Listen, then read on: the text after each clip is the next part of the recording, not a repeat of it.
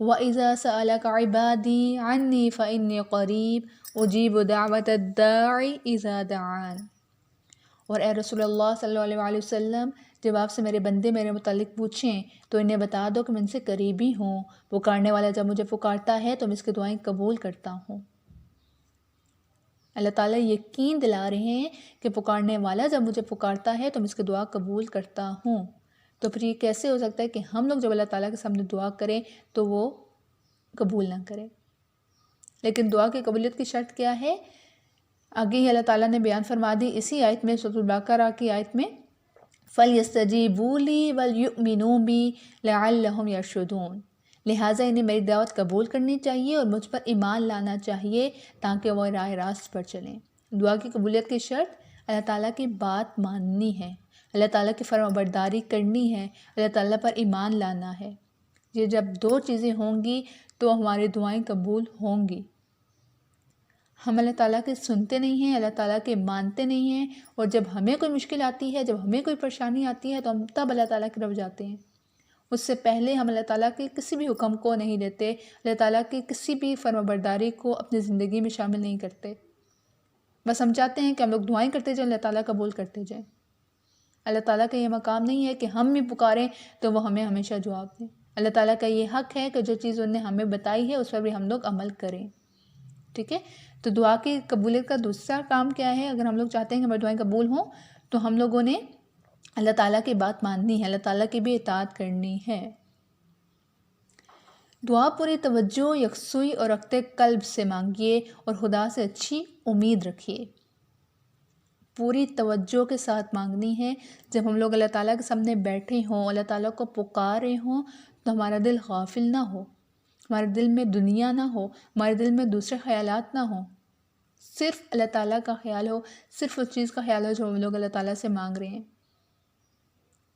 حدیث میں ہے، اپنی دعاؤں کے قبول ہونے کا یقین رکھتے ہوئے حضور قلب سے دعا کیجیے، خدا ایسی دعا کو قبول نہیں کرتا جو غافل اور لاپرواہ دل سے نکلی ہو۔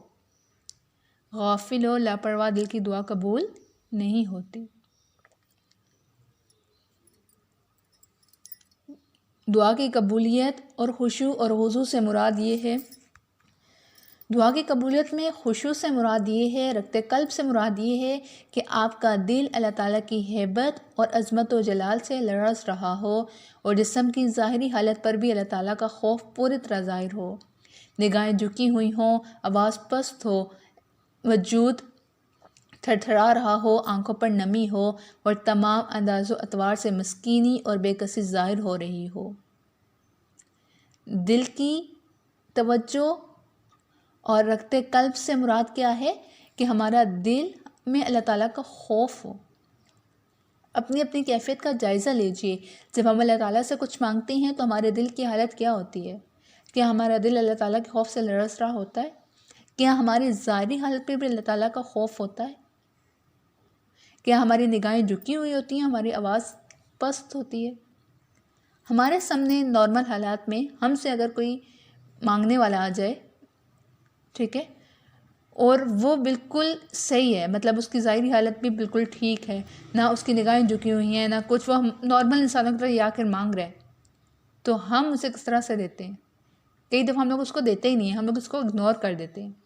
لیکن اگر ایک دوسرا انسان، ایسا کوئی انسان آ کے مانگ رہا ہے جس کی ظاہری حالت بھی پھٹی پرانی ہے، جس کی نگاہیں بھی جھکی ہوئی ہیں، جو آواز میں بہت بے کسی ہے، مسکینیت ہے جس کی آواز میں بے بسی ہے، ہم لوگ اس کو فوراً دے دیتے ہیں۔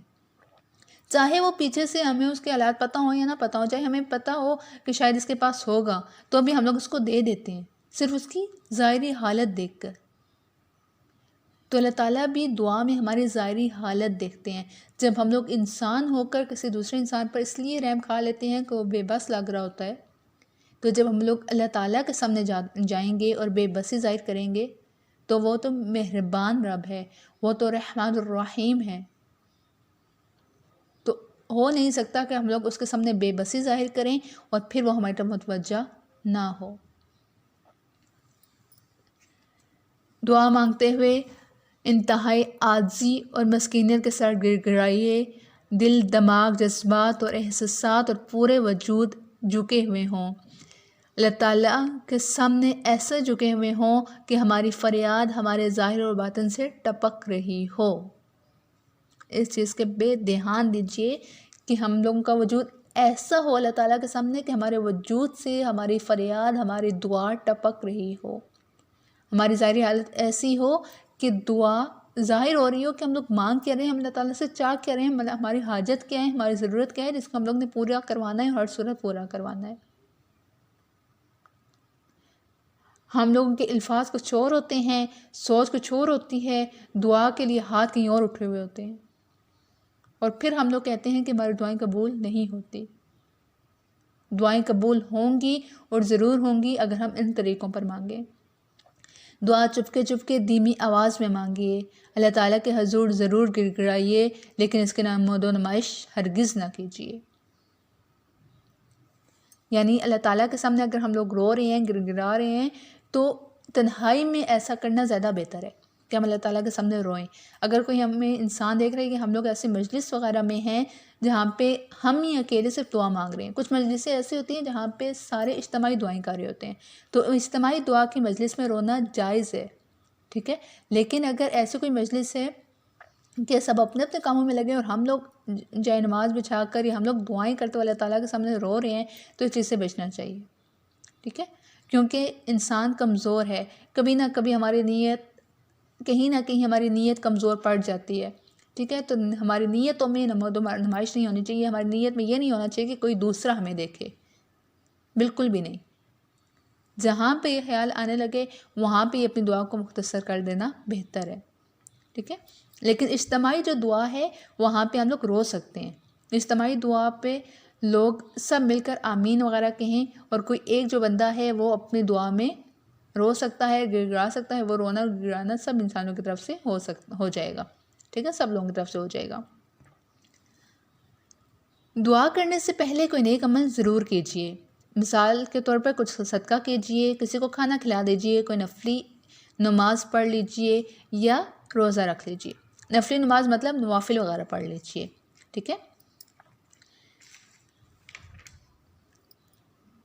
قرآن پاک میں ارشاد ہے الیہ یصعد الکلم الطیب والعمل الصالح یرفعہ، اسی کی طرف پاکیزہ کلمات چڑھتے ہیں اور نیک عمل انہیں بلند مدارج طے کراتے ہیں۔ یعنی دعائیں اللہ تعالیٰ کی طرف ہماری جاتی ہیں، اور جس دعا کے پیچھے نیک عمل ہو وہ بہت جلد اس مقام تک پہنچ جاتی ہے جہاں پہ قبول ہونا ہوتا ہے اس کو، ٹھیک ہے۔ تو کوئی بھی نیک عمل چاہے وہ چھوٹے سے چھوٹا ہے وہ ضرور کیجیے۔ مثال کے طور پر ہم کسی کو پانی پلا رہے ہیں، پانی پلانے کے فوراً بعد ہم لوگ کسی سے دعا کر سکتے ہیں۔ کسی کی ہم چھوٹی سی ہیلپ کر رہے ہیں تو اس ہیلپ کے بعد ہم لوگ دعا کر سکتے ہیں، اس سے دعا قبول ہوتی ہے۔ حرام کھا کر، حرام پی کر، حرام پہن کر اور بے باکی کے ساتھ حرام کے مال سے اپنے جسم کو پال کر دعا کرنے والا یہ آرزو کرے کہ میری دعا قبول ہو، تو یہ نادانی ہے اور اللہ تعالیٰ کے سامنے ڈٹھائی ہے۔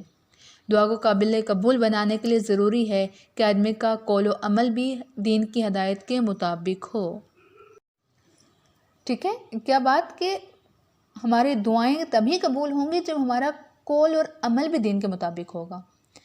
یہ نہیں کہ صرف ہم لوگ اللہ تعالیٰ سے مانگتے جائیں اور اللہ تعالیٰ کے ماننے کی طرف آئے نہیں، اللہ تعالیٰ کے اطاعت کی طرف آئے ہی نہیں۔ باغی اور نافرمان شخص کی دعا قبول نہیں ہوتی۔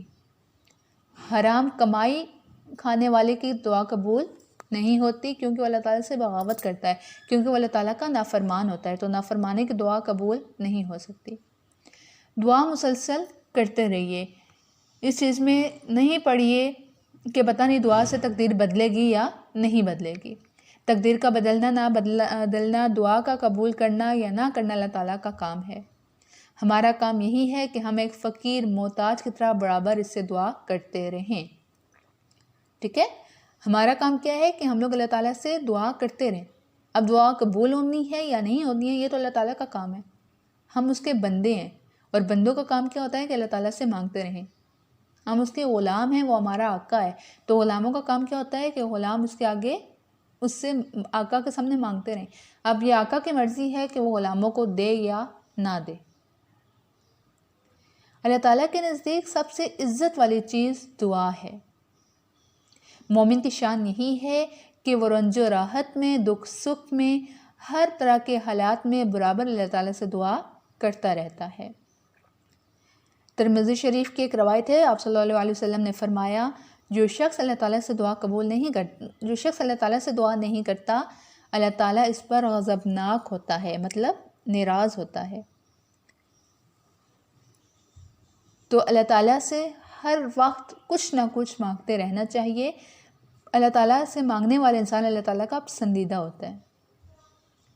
جب کوئی مسلمان اللہ تعالیٰ سے کچھ مانگنے کے لیے اللہ تعالیٰ کی طرف منہ اٹھاتا ہے تو اللہ تعالیٰ اس کا سوال ضرور پورا کرتے ہیں اور اس کی مراد پوری ہو جاتی ہے، یا اللہ تعالیٰ اس کی مانگی ہوئی چیز کو آخرت کے لیے جمع فرما دیتے ہیں۔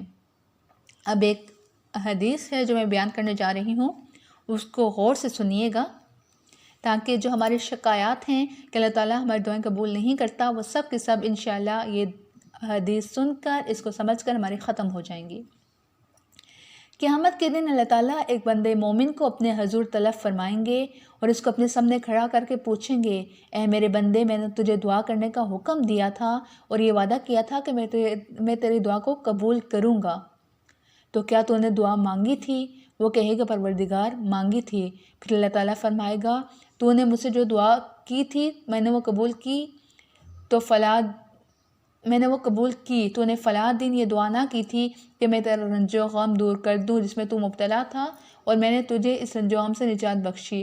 بندہ کہے گا بالکل سچ ہے پروردگار۔ پھر خدا فرمائے گا، وہ دعا تو میں نے قبول کر کے دنیا ہی میں تیری آرزو پوری کر دی تھی، اور فلاں روز پھر تو نے دوسرے غم میں مبتلا ہونے پر دعا کی، خدایا اس مصیبت سے نجات دے، مگر تو نے اس رنج و غم سے نجات نہ پائی اور برابر اس میں مبتلا رہا تھا۔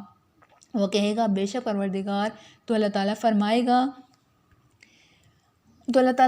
گا میں نے اس دعا کے بدلے جنت میں تیرے لیے طرح طرح کی نعمتیں جمع کر رکھی ہیں، اور اسی طرح دوسری حاجتوں کے بارے میں بھی دریافت کر کے یہی فرمائے گا۔ پھر نبی صلی اللہ علیہ وسلم نے فرمایا، بندے مومن کی کوئی دعا ایسی نہیں ہوگی جس کے بارے میں اللہ تعالیٰ یہ بیان نہ فرما دے کہ یہ میں نے دعا تیری دنیا میں قبول کی اور یہ تیری آخرت کے لیے ذخیرہ کر رکھی ہے۔ اس وقت بندے مومن سوچے گا کاش میری کوئی دعا قبول نہ ہوئی ہوتی، اس لیے بندے کو ہر حال میں دعا مانگتے رہنا چاہیے۔ مطلب یہ کہ جب قیامت کے دن اللہ تعالیٰ اپنے بندوں کو بلائیں گے نا اور ان سے پوچھیں گے کیا میں نے تمہاری دعائیں دنیا میں قبول کی تھی، تو کچھ دعائیں جو ہماری قبول ہوئی ہوں گی ہم ان کے بارے میں فرمائیں گے جی اللہ تعالیٰ آپ نے کی تھی قبول، اور کچھ دعائیں جو ایسے ہوں گے جو قبول نہیں ہوئی تھی تو ہم اللہ تعالیٰ سے یہ بھی کہیں گے کہ یہ دعا قبول نہیں ہوئی تھی، تو اس کے بدلے میں اللہ تعالیٰ ہمیں جنت کی طرح طرح کی نعمتیں عطا کرے گا، اور وہ نعمتیں وہ بدلہ اتنا خوبصورت ہوگا کہ ہم لوگوں کی کیا خواہش ہوگی کہ کاش کوئی دعا قبول ہی نہ ہوئی ہوتی، ہماری کوئی دعا قبول ہی نہ ہوئی ہوتی۔ وہ نعمتیں وہ چیزیں اتنی خوبصورت ہوں گی۔ اور کچھ دعائیں ایسی ہوتی ہیں کہ وہ کسی دوسری صورت میں قبول ہوتی ہیں۔ فار ایگزامپل، آپ ایک دفعہ کسی مصیبت میں مبتلا ہیں، کسی پریشانی میں ہیں، کسی غم میں ہیں، آپ نے دعا کی لیکن وہ اس وقت وہ مصیبت وہ پریشانی ختم نہیں ہوئی، ٹھیک ہے، اور دوسری دفعہ آپ پھر کسی مصیبت میں ہیں، کسی پریشانی میں ہیں، تب آپ نے دعا نہیں کی، تو وہ جو پہلی دفعہ کی دعا کی گئی ہے وہ آپ کو دوسری دفعہ میں کام آ جائے گی، دوسری دفعہ میں کام آ جائے گی۔ دوسری دفعہ آپ نے دعا نہیں بھی کی ہوگی تو وہ آپ کا کام ہو جائے گا۔ بعض اوقات ایسا ہوتا ہے نا کہ ہم لوگوں نے دعائیں کی ہوتی ہیں تو وہ قبول نہیں ہوتی، اور بعض اوقات کچھ حالات ایسے ہوتے ہیں جن میں ہم لوگوں نے دعائیں نہیں کی ہوتی تو بھی ان حالات میں آسانی پیدا ہو جاتی ہے۔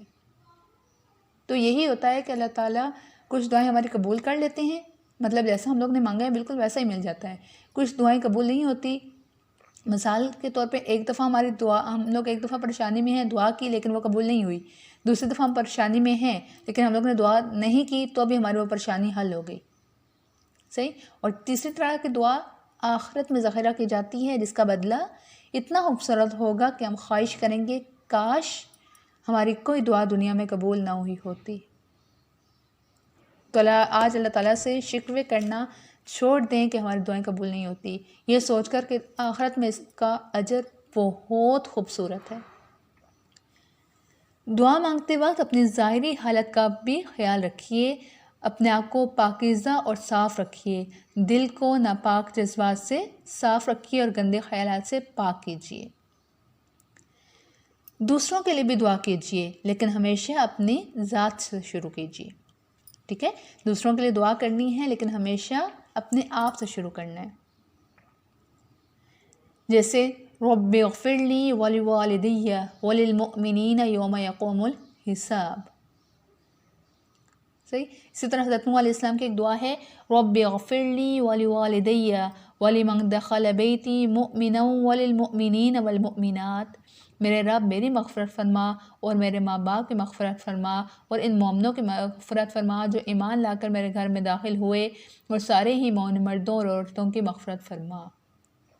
یعنی دوسروں کے لیے دعائیں کرنی ہے لیکن سب سے پہلے اپنی ذات سے شروع کرنا ہے، اپنے آپ سے دعا کرنی ہے اور پھر دوسروں کے لیے دعا کرنی ہے۔ دعا میں تنگ نظری سے بچنا ہے۔ تنگ نظری مطلب یہ کہ ہم لوگ جب دعا کرتے ہیں تو ہم لوگوں نے اپنے گناہ دیکھنے ہیں مگر ساتھ اللہ تعالیٰ کی رحمت کا بھی خیال رکھنا ہے۔ ہم لوگوں نے صرف اپنی گناہ دیکھ کر وہ نہیں ہو جانا کہ میں اتنے گنہگار ہوں، پتہ نہیں میری دعائیں قبول ہوں گی یا نہیں ہوں گی۔ یہ یقین رکھیں کہ میں اگر گنہگار ہوں تو اللہ تعالیٰ کی رحمت بہت بڑی ہے، میرے گناہوں سے بہت بڑی، تو وہ اپنی رحمت کے سبب میری دعائیں ضرور قبول کرے گا، ٹھیک ہے؟ دعا کے لفظ میں تکلف نہیں ہونا چاہیے، لیکن اگر کبھی کبھار کچھ ایسے الفاظ نکل جائیں جو تکلف والی ہوں یا جن میں قافیہ وغیرہ ہو تو اس میں کوئی مذائقہ نہیں۔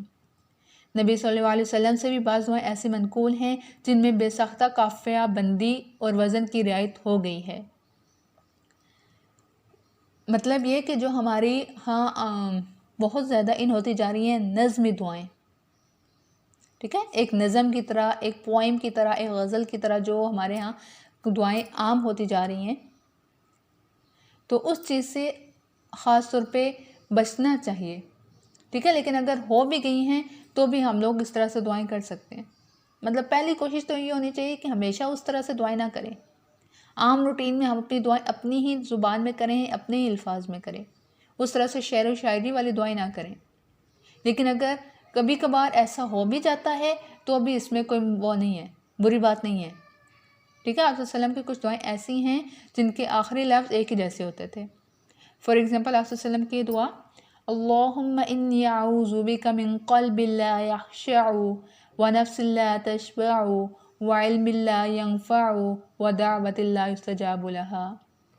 اللہ تعالیٰ میں تیری پناہ میں آتا ہوں اس دل سے جس میں خشوع نہ ہو، اور اس نفس سے جس میں صبر نہ ہو، اور اس علم سے جو نفع نہ دے، اور اس دعا سے جو قبول نہ ہو، ٹھیک ہے؟ مطلب اگر ایک جیسے شعر و شاعری کی طرح کوئی دعا ہے تو اس کو بھی کرنے میں کوئی برائی نہیں ہے، لیکن ہمیشہ اسی کو کرتے رہنا یہ ٹھیک نہیں ہے۔ اللہ تعالیٰ کی بارگاہ میں اپنی ضرورت اور حاجت رکھنے سے پہلے اس کی حمد و ثنا کیجیے، پھر آپ صلی اللہ علیہ وسلم پر درود پڑھیے اور اس کے بعد دعا کیجیے۔ نبی صلی اللہ علیہ وسلم کی شہادت ہے کہ بندے کی جو دعا اللہ تعالیٰ کی حمد و ثنا اور نبی صلی اللہ علیہ وسلم پر دعا درود و سلام کے ساتھ پہنچتی ہے وہ شرف قبولیت پاتی ہے، ٹھیک ہے؟ آپ صلی اللہ علیہ وسلم نے جس کی گواہی دی ہے کہ جو دعا اللہ تعالیٰ کی حمد و ثنا سے شروع ہوتی ہے اور جس میں درود و سلام ہوتا ہے آپ صلی اللہ علیہ وسلم پر، وہ دعا ضرور قبول کی جاتی ہے۔ حضرت فضالہ رضی اللہ عنہ فرماتے ہیں کہ نبی صلی اللہ علیہ وسلم مسجد میں جب تشریف فرما تھے، ایک شخص آیا، اس نے نماز پڑھی اور نماز کے بعد کہا اللہم اغفر لی، خدایا میری مغفرت فرما دے۔ مطلب نماز پڑھی، فوراً اللہ تعالیٰ کی کوئی حمد و ثنا نہیں کی، کوئی آپ صلی اللہ علیہ وسلم پر درود نہیں پڑھا، فوراً دعا کی کہ اللہم اغفر لی۔ آپ صلی اللہ علیہ وسلم نے یہ سن کر اس سے کہا تم نے مانگنے میں جلد بازی سے کام لیا ہے، جب نماز پڑھ کر بیٹھو تو پہلے اللہ تعالیٰ کی حمد و ثنا کرو، پھر درود شریف پڑھو، پھر دعا مانگو۔ آپ صلی اللہ علیہ وسلم یہ فرما ہی رہے تھے کہ ایک دوسرا آدمی آیا، اس نے نماز پڑھ کر اللہ تعالیٰ کی حمد و ثنا بیان کی، درود شریف پڑھا، پھر نبی صلی اللہ علیہ وسلم نے فرمایا اب دعا مانگو، دعا قبول ہوگی۔ اسے ترمذی نے روایت کیا ہے۔ یعنی دعا مانگنے سے پہلے اللہ تعالیٰ کی حمد و ثنا ضروری ہے۔ سورۃ فاتحہ پڑھ سکتے ہیں یا کچھ ایسے کلمات پڑھ سکتے ہیں، سبحان اللہ و بحمدہ، سبحان اللہ العظیم کہہ سکتے ہیں۔ اسی طرح تیسرا کلمہ جسے کہا جاتا ہے وہ کلمات ہم لوگ پڑھ سکتے ہیں، ٹھیک ہے، یہ اللہ تعالیٰ کی حمد و ثنا ہوتی ہے. اور درود شریف کوئی بھی ہم لوگ درود شریف پڑھ سکتے ہیں. درود ابراہیمی پڑھ سکتا ہے یا چھوٹے سے چھوٹا درود اللہم صلی علی محمد وغیرہ بھی کثرت سے پڑھنے کے بعد دعا کی جا سکتی ہے. اللہ تعالیٰ سے ہر وقت اور ہر آن دعا مانگتے رہیے، اس لیے کہ وہ اپنے بندوں کی فریاد سننے سے کبھی نہیں اکتاتا. البتہ احادیث سے معلوم ہوتا ہے کہ کچھ خاص اوقات اور حالات ایسی ہیں جن میں خصوصیت کے ساتھ دعائیں جلدی قبول ہوتی ہیں. ٹھیک ہے، ویسے تو ہر وقت ہم لوگ دعائیں کر سکتے ہیں، مگر کچھ ٹائم ایسے ہیں جن میں خاص طور پر دعائیں قبول ہوتی ہیں، جیسے رات کا پچھلا پہر، تہجد کے وقت. اور تہجد کا وقت تو ایسا ہے جس میں اللہ تعالیٰ خود اپنے بندوں سے فرما رہے ہوتے ہیں، خود اللہ تعالیٰ اپنے بندوں کو آواز دے رہے ہوتے ہیں، خود اللہ تعالیٰ آسمان دنیا پر نزول فرماتے ہیں اور رات کی پچھلی پہر تک وہاں پہ رہتے ہیں اور فرماتے رہتے ہیں، ہے کوئی مجھے پکارنے والا کہ میں اس کی دعا قبول کروں، ہے کوئی مجھ سے مانگنے والا کہ میں اس کو عطا کروں، ہے کوئی مجھ سے مغفرت چاہنے والا کہ میں اسے معاف کروں. تو تہجد کے وقت اگر آپ چاہتے ہیں کوئی ایسی مشکل، کوئی ایسی پریشانی، کوئی ایسی حاجت جو آپ کو بہت شدید ہے، تو اس کے لیے تہجد میں دعا کیجیے، آپ کی دعائیں قبول ہوں گی انشاءاللہ. تو آپ کی دعائیں ضرور قبول ہوں گی. شب قدر میں زیادہ سے زیادہ دعائیں کیجیے، یہ رات اللہ تعالیٰ کے نزدیک 1000 مہینوں سے زیادہ بہتر ہے. ٹھیک ہے، شب قدر کی دعا قبول ہوتی ہے. اس کے علاوہ میدان عرفات میں 9 ذی الحج کو جب حاجی جمع ہوتے ہیں، اللہ تعالیٰ کے مہمان جمع ہوتے ہیں، تو بھی دعا قبول ہوتی ہے. صرف میدان عرفات میں نہیں بلکہ عام لوگوں کے لیے بھی وہ دن دعا کی قبولیت کا دن ہوتا ہے. جمعے کے دن ایک خاص گھڑی ایسی ہوتی ہے جس میں دعا قبول ہوتی ہے. بعض کے نزدیک یہ ٹائم جمعے کا خطبہ شروع ہونے سے نماز کے ختم ہونے تک ہے، اور بعض کے لیے یہ ٹائم نماز عصر سے نماز مغرب تک کا ہے. مطلب حدیث سے یہی چیز ثابت ہوتی ہے کہ یا تو وہ گھڑی کون سی ہے، جمعے کا خطبہ شروع ہونے سے نماز ختم ہونے تک ہے، یا پھر عصر کی نماز سے لے کے مغرب کی نماز تک کا ہے. لیکن ہمیں چاہیے کہ ہمیں نہیں پتہ کون سی دعا کی قبولیت کی گھڑی ہے، تو ہمیں جمعے والے دن ہر لمحہ دعا کرتے رہنا چاہیے. اور سب سے بہترین دعا کیا ہے جس میں دنیا اور آخرت کی بلائیاں ہیں؟ ربنا آتنا فی الدنیا حسنۃ وفی الآخرۃ حسنۃ وقنا عذاب النار. اس دعا کو ہم لوگ جمعہ والے دن کثرت سے کر سکتے ہیں، کیونکہ اس میں دنیا اور آخرت کی بلائیوں کا سوال ہے اور عذاب النار سے بچنے کا سوال ہے. اور اصل کامیابی کیا ہے؟ جو جہنم سے نجات پا جائے وہی اصل کامیاب ہے. تو جمعہ والے دن ہم لوگ کثرت سے دعا کر سکتے ہیں. اذان کے وقت اور میدان جنگ میں مانگی گئی دعا قبول ہوتی ہے. ٹھیک ہے، اذان کے وقت کی دعا بھی قبول ہوتی ہے. اذان اور تکبیر کے درمیانی وقفے میں مانگی گئی دعا قبول ہوتی ہے. رمضان المبارک کے ایام میں بالخصوص افطار کے وقت دعا قبول ہوتی ہے. فرض نمازوں کے بعد دعا قبول ہوتی ہے. سجدے کی حالت میں دعا قبول کی جاتی ہے. آپ صلی اللہ علیہ وسلم کا ارشاد ہے، سجدے کی حالت میں بندہ اپنے رب سے بہت ہی قربت حاصل کر لیتا ہے، پس تم اس حالت میں دعا خوب مانگو. جب انسان کسی شدید مصیبت میں ہوتا ہے، کسی غم میں مبتلا ہوتا ہے، تو بھی دعا قبول ہوتی ہے. جب ذکر کی مجلس میں ہوتا ہے تو بھی دعا قبول ہوتی ہے. اس کے علاوہ جب قرآن پاک مکمل ہوتا ہے، قرآن پاک کا ختم ہوتا ہے، یعنی ہم لوگ ڈیلی جو قرآن پاک کی تلاوت وغیرہ کرتے ہیں، یا قرآن پاک کی تلاوت کرنے کے فوراً بعد دعا قبول ہوتی ہے، یا پھر دعا قرآن پاک جب ہم لوگ مکمل کر لیتے ہیں اس کے بعد جو ہم لوگ دعا کرتے ہیں وہ بھی دعا قبول ہوتی ہے. اسی لیے یہ جو اوقات ہیں اس میں زیادہ سے زیادہ ہمیں دعائیں کرنی چاہیے. ہمیں ان اوقات میں دعاؤں کا حریص رہنا چاہیے، کیونکہ ہمیں ضرورت ہے اس بات کی کہ اللہ تعالیٰ ہماری دعائیں سنیں. تو جو اوقات ہیں، جو وقت اللہ تعالیٰ نے بتائے ہیں، اس میں اللہ تعالیٰ سے دعائیں کرتے رہنا چاہیے. کوشش کیجیے کہ دعا کے الفاظ وہی ہوں جو قرآن اور حدیث سے ثابت ہیں. اپنی عام زبان میں، کسی بھی زبان میں دعا کی جا سکتی ہے، لیکن دعا میں اثر لانے کے لیے قرآنی اور حدیث سے بتائی گئی دعائیں کرنا زیادہ اہمیت کا حامل ہے. مطلب ہم لوگ ویسے تو زبان کی کوئی قید نہیں ہے، الفاظ کا کوئی قید نہیں ہے، یہاں تک کہ ہم لوگ اگر خاموشی سے بھی کوئی دعا کریں تو وہ قبول ہو سکتی ہے، کیونککہ اللہ تعالیٰ ہمارے الفاظ نہیں دیکھتے، اللہ تعالیٰ یہ نہیں دیکھتے کہ بندہ کیا کہہ رہا ہے، اللہ تعالیٰ ہماری نیت دیکھتے ہیں، ٹھیک ہے۔ لیکن اگر ہم لوگ چاہتے ہیں کہ ہماری دعا میں زیادہ اثر پیدا ہو تو قرآن اور حدیث سے بتائی گئی دعائیں ہمیں کرنی چاہیے، کیونکہ قرآن اور حدیث میں تقریباً کیا سبھی دعائیں، ہماری ساری حاجتوں والی دعائیں قرآن اور حدیث سے ثابت ہیں، ٹھیک ہے۔